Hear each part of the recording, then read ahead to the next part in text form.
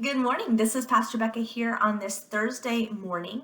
Starting today, we're going to begin something that I'm really excited about. Over the next 3 Thursdays, we are going to be doing something we're calling Thankful Thursdays. And this is simply a way for us to take on a posture of gratitude before the Lord during this month of November.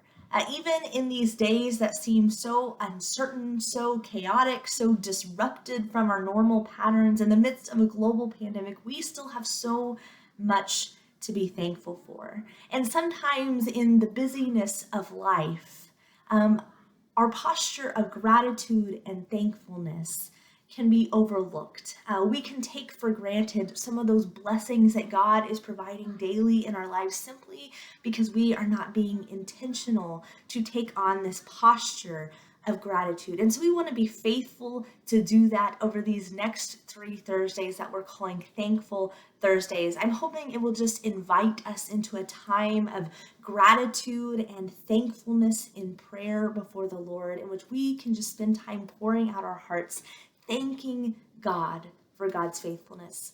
I'm going to invite us to hear from Psalm 100 this morning. It's a beautiful psalm talking about this posture of thankfulness in the lives of God's people. So I invite you to hear this word of the Lord. Shout for joy to the Lord, all the earth. Worship the Lord with gladness. Come before him with joyful songs. Know that the Lord is God. It is he who made us, and we are his. We are his people, the sheep of his pasture. Enter his gates with thanksgiving and his courts with praise. Give thanks to him and praise his name.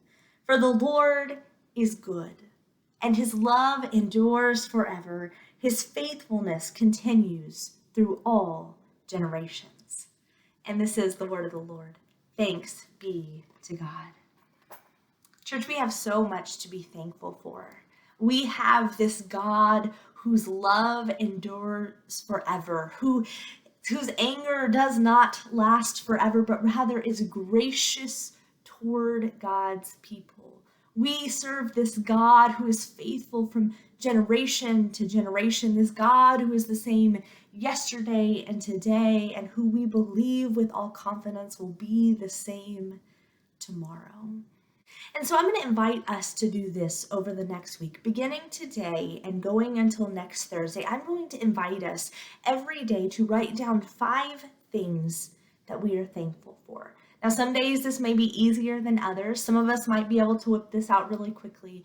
But I want us to write down 5 things every single day that we are thankful for. And then I'm going to invite us to spend some time in prayer, thanking God for those things. These can be big things, these can be small things, these can be things that we thank God for regularly or things that we tend to overlook on a daily basis. But our hope in doing this is that every single day this week, we might be able to take on this posture of gratitude, that we might be looking for the ways that God is blessing our lives, and that we might be responding to God's goodness with a grateful and thankful heart.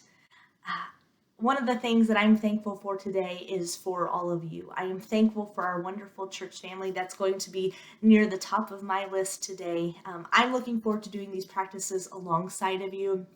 If you'd like to share them either on Facebook or email, we'd certainly love to rejoice with you and to thank God with you for the ways that you're seeing God's hand at work in your lives. So if you'd like to share that, we welcome that. If you want to keep that to yourself, that's okay too. But let us take this posture of gratitude before the Lord in these coming weeks. May the Lord bless you and keep you today.